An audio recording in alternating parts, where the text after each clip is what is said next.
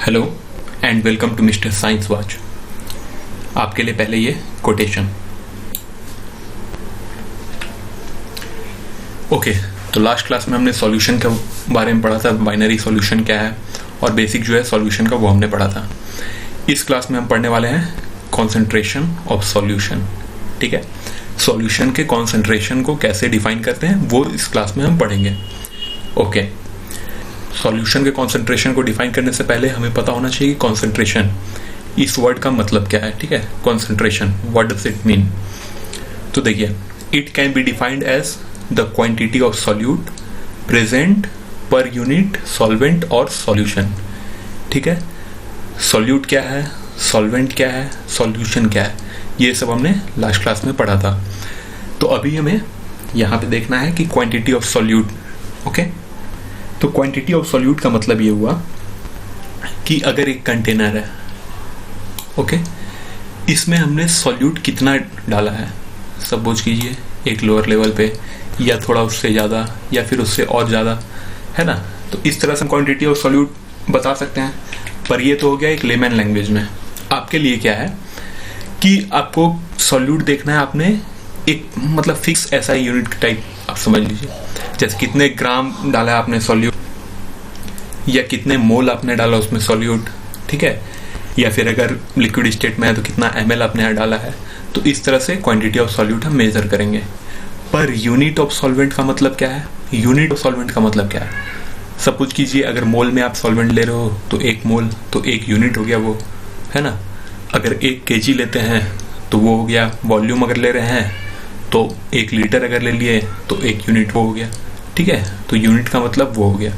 यहाँ नीचे दिया हुआ है किस किस टर्म्स में हम लोग देख सकते हैं सॉल्वेंट को, किस किस टर्म्स में देख सकते हैं, मास, वॉल्यूम, नंबर ऑफ पार्टिकल्स के टर्म में भी देख सकते हैं, है ना। हमें सॉल्यूशन जब हम पढ़ते हैं तो नॉर्मली सुनने को मिलता है ये 2 वर्ड कि सॉल्यूशन जो है वो डाइल्यूट है क्या या कॉन्सेंट्रेटेड है क्या, या फिर नॉर्मली हम सुनते हैं कि अरे ये एसिड तुमने लिया है ये कॉन्सेंट्रेटेड एसिड है क्या, या फिर ये डाइल्यूट एसिड है क्या। तो ये 2 वर्ड हमारे माइंड में आता है ना, या फिर हम लोग नॉर्मली सुनते हैं। तो इसका मतलब क्या हुआ, डाइल्यूट का मतलब क्या हुआ, when the solute is in small quantity. ठीक है, अगर कम क्वांटिटी में है उसमें सॉल्यूट तो डाइल्यूटेड है, अगर ज़्यादा है तो कॉन्सेंट्रेटेड है सॉल्यूशन। ठीक है, अब ये देखिए स्मॉल या फिर लार्ज, ये 2 वर्ड्स आपस में ऐसे हैं जिसको हम क्लियरली डिफाइन नहीं कर सकते हैं, है ना। स्मॉल का मतलब क्या है, अगर सपोज कीजिए ये एक लाइन है, मैं बोल सकता हूँ कि ये लाइन स्मॉल है या लार्ज है, नहीं ना। अगर हाँ बोल इसके सामने एक दूसरा लाइन है तो कंपेरेटिवली अगर कंपेयर करते हैं तो कंपेरेटिवली ये फर्स्ट लाइन जो है वो लार्ज है। पर अगर एक दूसरा लाइन और बना दे तो अब तो कंपेरेटिवली ये स्मॉल है। तो ये स्मॉल या फिर लार्ज इस वर्ड से हमें पता नहीं चल पाता है कि एक्चुअली जो सामने वाला है वो बोलना क्या चाह रहा है। ठीक है, तो इसलिए हमने एक कुछ टर्म्स यहाँ पे टॉस किया जो मतलब देख करके या जिससे अगर बताया जाए उस टर्म्स में तो बिल्कुल क्लियरली पता चल जाता है कि हाँ ओके सॉल्यूशन जो है वो कितना कॉन्सेंट्रेटेड है या कितना डाइल्यूट है। ठीक है, तो उसके लिए कुछ टर्म्स है, जैसे यहाँ पे आप देख रहे हैं मास परसेंट है, वॉल्यूम परसेंट, ppm पार्ट्स पर million, normality, molarity, molality, mole fraction. ठीक है, सबको हम सेपरेटली बारी बारी से देखेंगे। तो पहला देखते हैं मास परसेंट, है ना।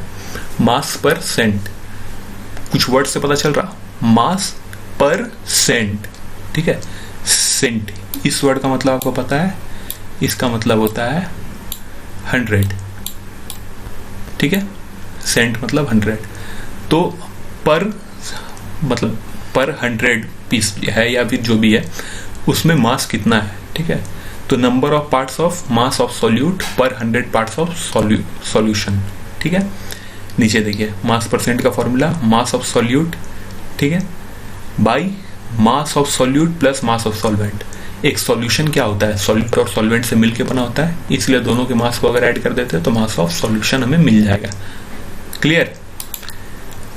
अब देखिए अगर मैं बोलता हूँ 5%, है ना, तो 5% का मतलब क्या हुआ कि अगर मैं इसमें ऐसा एक बॉक्स बनाऊँ, ठीक है, इस तरह से अगर मैं बॉक्स बनाऊँ और टोटल कितना बॉक्स बनाऊंगा 100 बॉक्स। ठीक है, टोटल 100 बॉक्स बनाऊं तो उसमें से 1 2 3 4 और 5 है ना। 100 बॉक्स अगर मैं बनाता हूँ उसमें से 5 अगर है तो उसे मैं बोलूँगा 5%। ठीक है, मतलब पूरे सेंट में 5, तो उसी तरह से 5% हो गया। तो यहाँ क्वेश्चन सॉल्व कर लेते हैं, आपको ज़्यादा क्लियर हो जाएगा। Find the amount of salt required to prepare 150 gram of 5% aqueous solution. Aqueous solution last class में मैंने बताया था, वाटर। ठीक है, तो अब यहाँ पर देखिए मास ऑफ सॉल्यूशन क्या हो गया, 150 ग्राम दिया गया है, क्लियर हो गया। कॉन्सेंट्रेशन ऑफ सॉल्यूट क्या है, 5%, क्लियर। मैं बार बार इसे तोड़ तोड़ के बोल रहा हूँ, 5% है ना। वैसे परसेंट हम लोग कंटिन्यूअस में बोलते हैं, पर मैं तोड़ के इसलिए बोल रहा हूँ कि आपके माइंड में ये बैठ जाए। फिर अब देखिए, putting the values into the formula. Formula हमें यहाँ पे मिला हुआ है ये वाला, तो यहाँ पे क्या है, परसेंट ऑफ सॉल्यूट है, 5 हमें है, 5 हमने डाल दिया यहाँ। मास ऑफ सॉल्यूट निकालना है, नहीं पता, x ले लेते हैं। ठीक है, टोटल कितना है सॉल्यूशन का मास, 150, इंटू कर देंगे 100 क्योंकि परसेंट में निकाल रहे हैं। अब देखिए x नॉर्मल मैथमेटिक्स है, 150 को इधर लाए, 100 को इधर किए, तो इसको सॉल्व करने पे x का वैल्यू जो है वो 7.5 निकल जाता है। क्लियर, उम्मीद करता हूँ यहाँ तक आपको समझ आ गया होगा कि मास परसेंट कैसे निकालते हैं। चलिए नेक्स्ट देखते हैं। अब है वॉल्यूम परसेंट। ठीक है, पहले वहाँ पे हमने मास के टर्म्स में पढ़ा, अब वॉल्यूम के टर्म्स में पढ़ेंगे। मास को हम लोग ग्राम से डिफाइन करते हैं, है ना, ऐसा यूनिट उसा होता है। वॉल्यूम का ml या लीटर ले लेंगे। ठीक है, तो वॉल्यूम का देखिए सिंपल वही सेम फॉर्मूला है, volume of solute by volume of solute plus solvent, यानी वॉल्यूम ऑफ सॉल्यूशन। तो क्वेश्चन यहाँ क्या है कि find the amount of H2SO4 required to prepare 250 ml of 33% aqua solution. ठीक है, टोटल जो सॉल्यूशन का वॉल्यूम होगा वो 250 ml होगा, उसमें H2SO4 की वॉल्यूम कितनी होगी, 33%। तो 250 ml टोटल, 33% है, फॉर्मूला में हमने बैठा है 33। यहाँ पे अमाउंट ऑफ H2SO4 को x ले लेते हैं, सिंपल सॉल्व करने पे 82.5 ml आता है H2SO4। ओके, अब देखते हैं नेक्स्ट, पार्ट्स पर मिलियन। ठीक है, मिलियन का मतलब क्या होता है, 10 lakhs, 10 लाख, है ना, 1 मिलियन। तो the number of parts by mass of solute per million parts the mass of solution. जैसे अभी मैंने उस वक्त बताया था कि बॉक्स बनाएंगे, है ना, तो उस वक्त परसेंट था, तो हमने 100 बॉक्स बनाया, 5% मतलब 100 में से 5 बॉक्स। पर मिलियन का मतलब 10 लाख बॉक्स इस तरह से हम बनाएंगे। ठीक है, और उसमें 5 ppm बोलेंगे, मतलब 10 लाख बॉक्स में 5 बॉक्स, राइट। तो यहाँ पे निकालने का फॉर्मूला है मास of solute by mass of solution into 10 to the power 6। 10 to the power 6 मतलब 10 lakhs। अब देखिए ppm को और किस किस टर्म्स में हम लोग कर सकते हैं प्रेजेंट, 1000 ml। ठीक है, 1000 ml का मतलब 1 लीटर।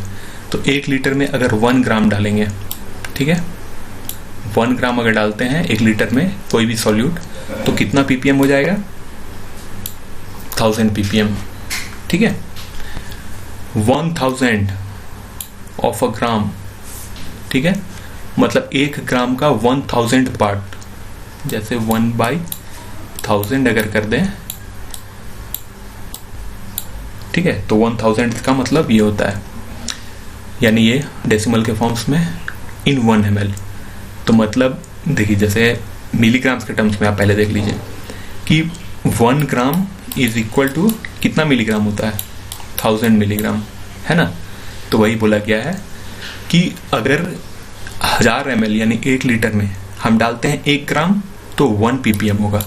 ठीक है, उसी तरह से 1000 of gram 1 milligram in 1 litre, तो भी एक 1 ppm ही होगा। तो इसका मतलब क्या हुआ कि 1 ppm is equal to 1 milligram per litre या फिर मिलीग्राम पर लीटर। समझ गए?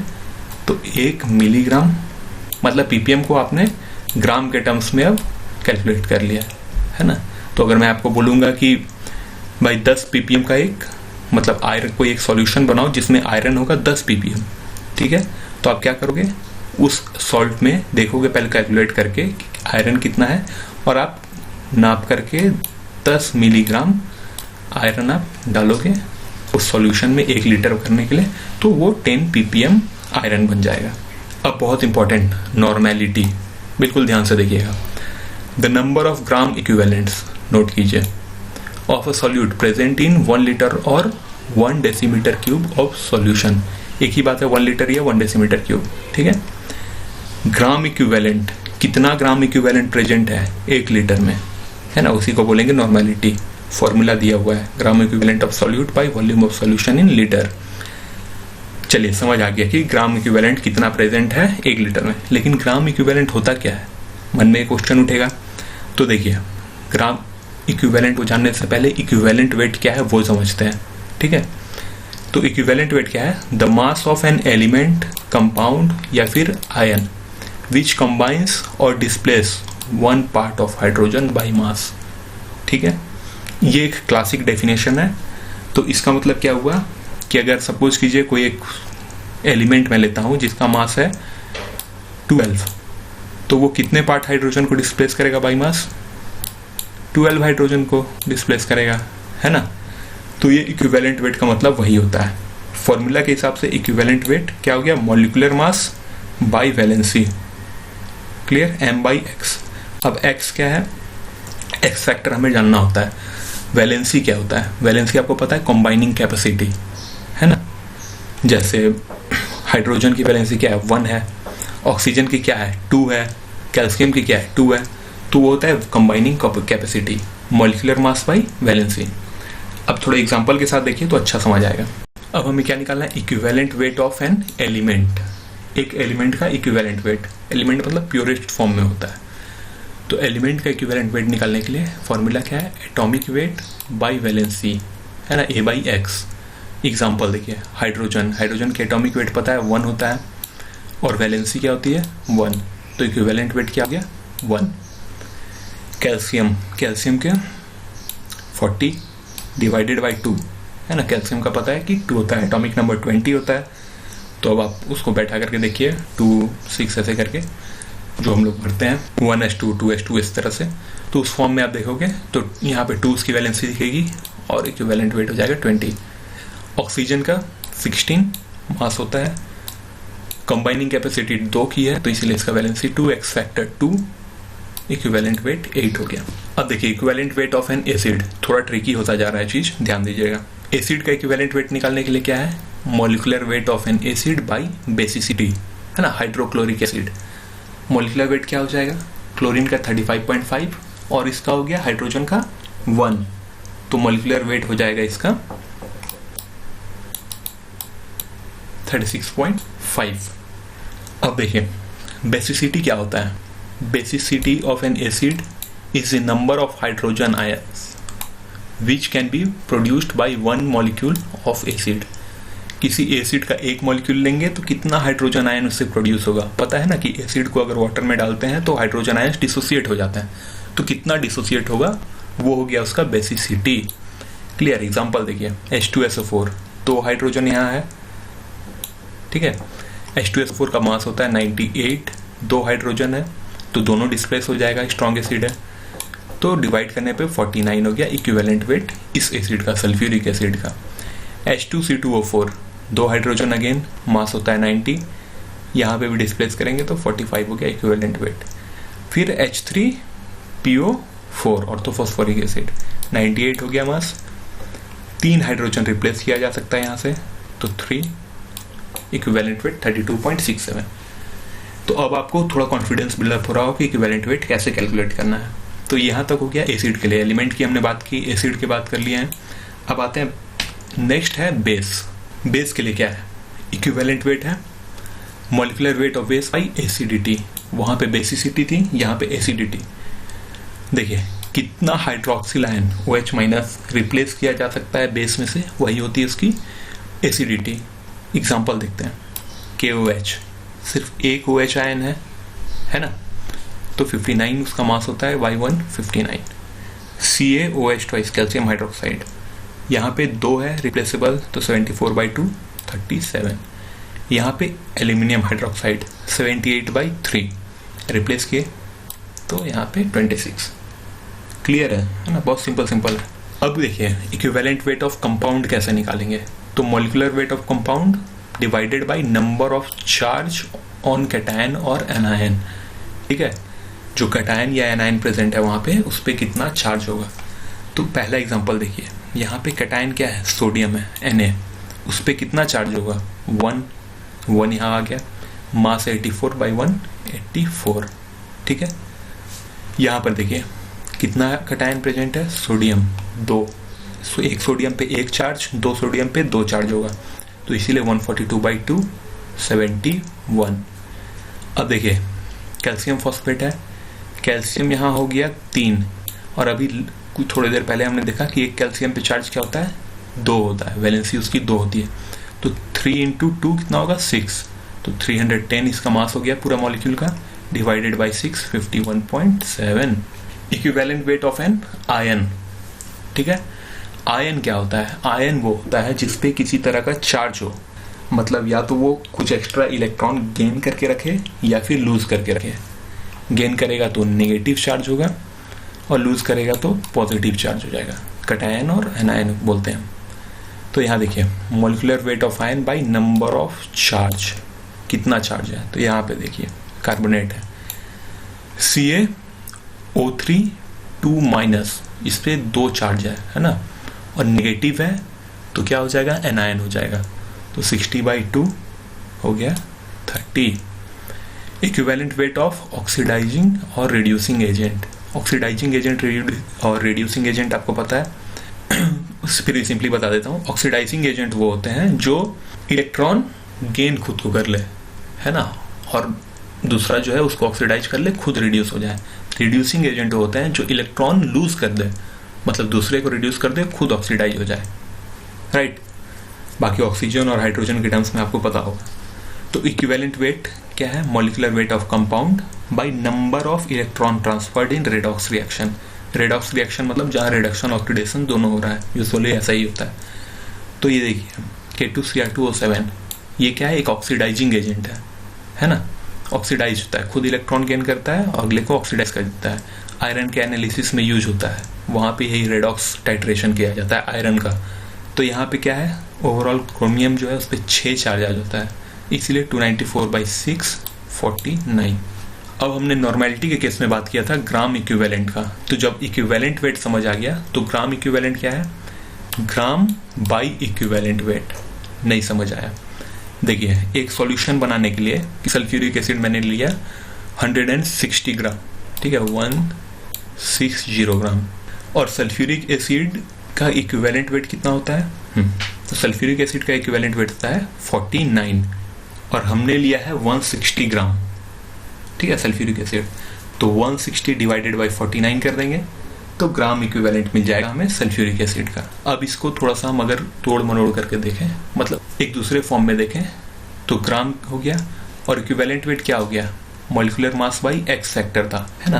तो ये ऐसा होता, ग्राम मतलब ई को अगर इलेबोरेट करेंगे तो m बाई एक्स, है ना, सॉल्व करने पे m नीचे रह जाएगा और ये x चल जाएगा ऊपर, ठीक है, तो xg बाई m। और नंबर ऑफ मोल्स क्या होता है, ग्राम बाई मॉलिक्यूलर मास, ठीक है। तो यहाँ पे देखिए gram by molecular mass same condition बन रहा है, इसलिए ग्राम इक्विवेलेंट क्या हो गया, x factor into number of moles. तो ग्राम इक्विवेलेंट एक बार आपने निकाल लिया तो फिर नॉर्मेलिटी आप इजिली निकाल पाओगे। अब है मोलैरिटी। मोलैरिटी क्या होता है, ठीक है, the number of gram moles of solute present in 1 litre और 1 decimetre cube of solution. Moles of solute by volume of solution in litre, याद रखिएगा इसको। मोलैरिटी क्या हो गया, number of moles of solute by molar mass of solute by volume of solution in litre, ठीक है। मास of solute in ग्राम है यहाँ पे, ये ध्यान दीजिएगा। तो नंबर ऑफ मोल्स कैसे निकलता है, मास of solute in gram by molar mass of solute. जैसे अभी हमने पीछे देखा कि सल्फ्यूरिक एसिड लिए थे, ठीक है, सल्फ्यूरिक एसिड लिए थे 160 ग्राम, है ना। तो सल्फ्यूरिक एसिड का मास कितना होता है, 98 होता है। 160 डिवाइडेड बाय 98 जो भी आएगा वो हो गया number of moles of that sulphuric acid, ठीक है। यहाँ पे और सॉल्व करते हैं सोडियम हाइड्रोक्साइड के लिए। 80 ग्राम सोडियम हाइड्रोक्साइड है ना, तो फाइंड करना है कि कितना नंबर ऑफ मोल्स है 80, और सोडियम हाइड्रोक्साइड का मोलर मास होता है 40, तो 80/40 2 हो गया। राइट। अब एक चीज नोट करिए यहाँ पे कि molarity and normality of a solution change with temperature. ठीक है, टेम्परेचर के साथ चेंज होता है। क्यों होता है? क्योंकि हमें पता है अगर किसी चीज का टेम्परेचर हम इंक्रीज करते हैं तो वो एक्सपैंड करता है, उसकी वॉल्यूम इंक्रीज हो जाती है। और आप यहाँ देख रहे हो कि ये दोनों लीटर के टर्म्स में, लीटर क्या होता है? वॉल्यूम होता है।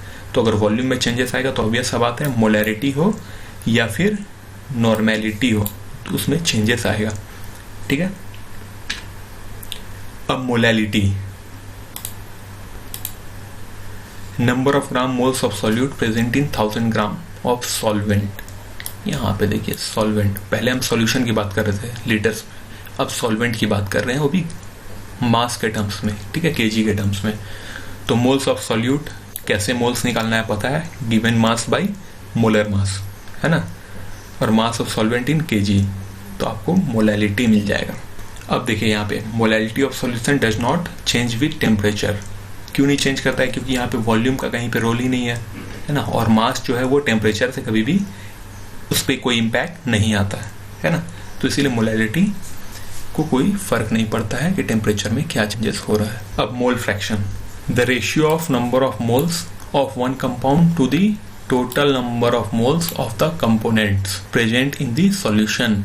अगर मैं बोलूँ कि सॉल्यूट का मोल फ्रैक्शन निकालिए तो क्या होगा? Number of moles of solute, कितना सॉल्यूट का मोल्स है, by number of moles of solute plus number of moles of solvent, दोनों को ऐड कर दें तो क्या होगा? मोल्स ऑफ सॉल्यूशन निकल जाएगा, है ना। तो सॉल्यूट का निकालना है अगर मोल फ्रैक्शन तो इस टर्म्स में, अगर निकालना है सॉल्वेंट का तो number of moles of solvent by same चीज number of moles of solution. नीचे दिया गया ए एंड बी, ए है सॉल्यूट, बी है solvent, Na number of moles of solute, Nb number of moles of solvent. अब अगर आपको इतनी दूर तक समझ आ गया है तो बहुत बढ़िया। अगर कहीं पे डाउट है तो आप मुझे कमेंट सेक्शन में जरूर पूछें। Thank you.